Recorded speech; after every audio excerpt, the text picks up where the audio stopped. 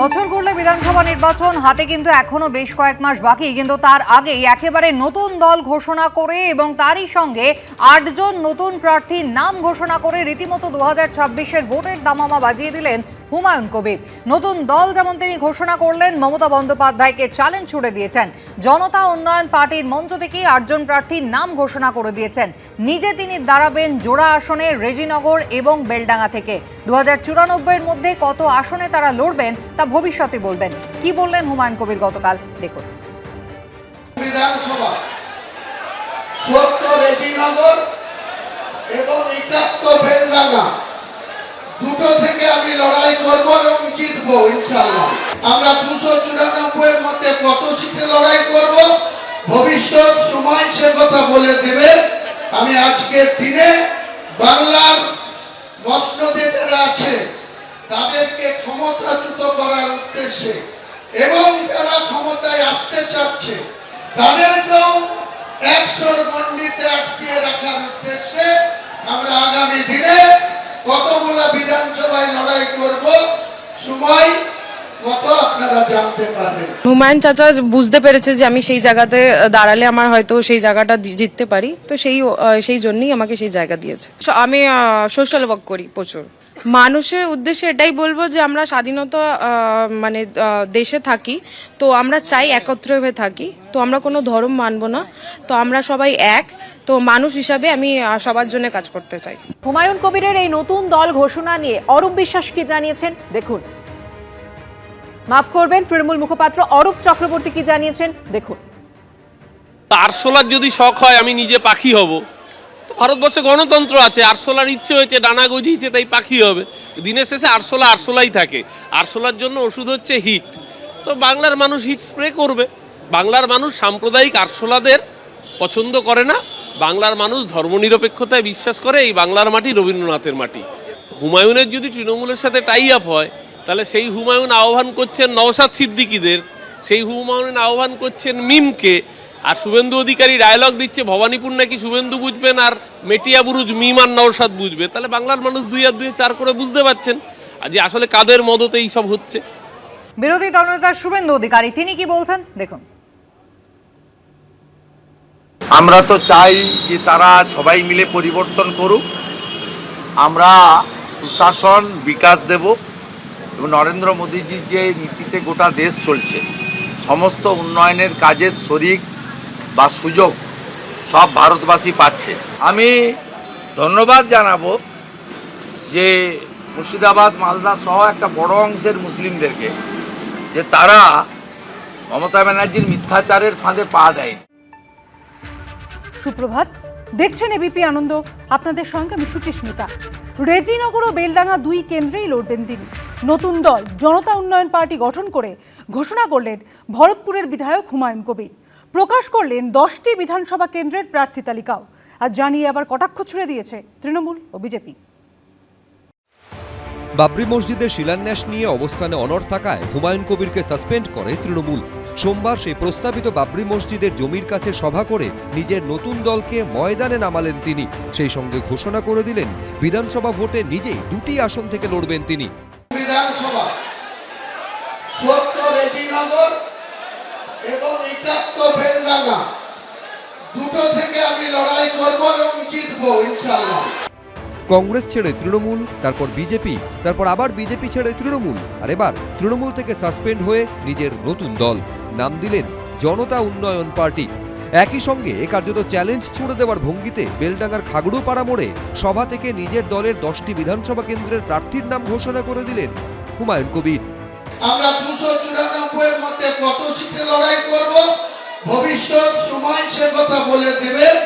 আমি আজকের দিনে বাংলার মসনদে যারা আছে তাদেরকে ক্ষমতাচ্যুত করার উদ্দেশ্যে এবং যারা ক্ষমতায় আসতে চাচ্ছে তাদেরকেও ১০০ গণ্ডিতে আটকিয়ে রাখার উদ্দেশ্যে আমরা আগামী দিনে কতগুলো বিধানসভায় লড়াই করব, সময় কত আপনারা জানতে পারবেন। আরশোলার যদি শখ হয় আমি নিজে পাখি হব, তো ভারতবর্ষে গণতন্ত্র আছে। আরশোলার ইচ্ছে হয়েছে, ডানা গজিয়েছে, তাই পাখি হবে। দিনের শেষে আরশোলাই থাকে। আমরা তো চাই যে তারা সবাই মিলে পরিবর্তন করুক, আমরা সুশাসন বিকাশ দেব এবং নরেন্দ্র মোদীজির যে নীতিতে গোটা দেশ চলছে, সমস্ত উন্নয়নের কাজের শরিক বা সুযোগ সব ভারতবাসী পাচ্ছে। আমি ধন্যবাদ জানাবো যে মুর্শিদাবাদ, মালদা সহ একটা বড় অংশের মুসলিমদেরকে, যে তারা মমতা ব্যানার্জির মিথ্যাচারের ফাঁদে পা দেয়নি। এদিন যেখানে সভা করেন হুমায়ুন কবির, সেখান থেকে 1 কিলোমিটার দূরে তৈরি হওয়ার কথা প্রস্তাবিত বাবরি মসজিদ, যে মসজিদ তৈরির জন্য 1 কোটি টাকা দান করেছে সুন্দরবন এডুকেশনাল ট্রাস্ট।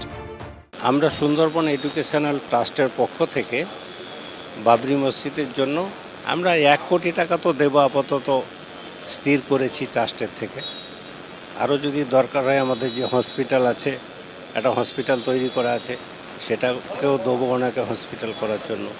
সব মিলিয়ে এখন রাজ্য রাজনীতির চর্চার কেন্দ্রবিন্দুতে হুমায়ুন কবিরের নতুন দল ও তার প্রস্তাবিত বাবরি মসজিদ। পার্থপ্রতিম ঘোষ, উজ্জ্বল মুখোপাধ্যায়, শিবাশিস মৌলিক, এবিপি আনন্দ। মঞ্চ থেকে মমতা বন্দ্যোপাধ্যায়কে আক্রমণ করলেও অভিষেক বন্দ্যোপাধ্যায়ের প্রতি অনেকটাই নরম সুর দেখা গেল হুমায়ুন কবিরের গলায়। স্বীকার করলেন অভিষেক বন্দ্যোপাধ্যায়ের প্রতি সফট কর্নারের কথা। এমনকি শুভেন্দু অধিকারী সম্পর্কেও তার কোনো খারাপ ধারণা নেই বলে জানালেন ভরতপুরের বিধায়ক। অভিষেক বন্দ্যোপাধ্যায়ের প্রতি আমার সত্যি সব কর্নার আছে, কারণ একটা ট্যালেন্ট ছেলে। শুধু তাই নয়, তৃণমূলের সর্বভারতীয় সাধারণ সম্পাদককে ট্যালেন্টেড বলার পাশাপাশি তার প্রতি যে নরম মনোভাব রয়েছে তাও স্বীকার করে নিলেন তৃণমূল থেকে সাসপেন্ড হওয়া নেতা। তৃণমূল মহলে আলোচনা হতো যে আপনি অভিষেক বন্দ্যোপাধ্যায় যথেষ্ট ঘনিষ্ঠ, রাজনীতি করতে পারবে, আগামী দিনে যোগ্য রাজনীতি হয়ে ওঠার সম্ভাবনা আছে। তাতে যদি সে নিজের থেকে নিজের সিদ্ধান্তটা নেয়, এখন পর্যন্ত যে ধরনের রাজনীতি তিনি চালিয়ে যাচ্ছেন। এর আগে অভিষেক বন্দ্যোপাধ্যায়কে উপমুখ্যমন্ত্রী করার পক্ষেও কার্যত সওয়াল করেছিলেন হুমায়ুন কবির।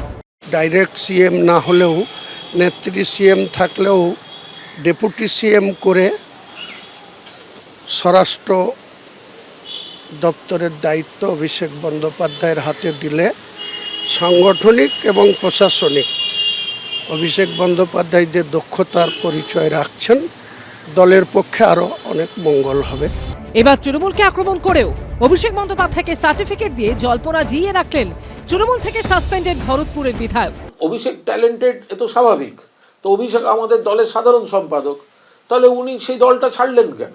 ওনার তো উচিত এক্ষুনি অভিষেকের কাছে গিয়ে ভুল সংশোধন করে অভিষেককে বলা, যা করেছি আমি, আপনি ট্যালেন্টেড, আমি আপনার সঙ্গেই থাকছি, তৃণমূল কংগ্রেসেই থাকছি, মিটে গেল।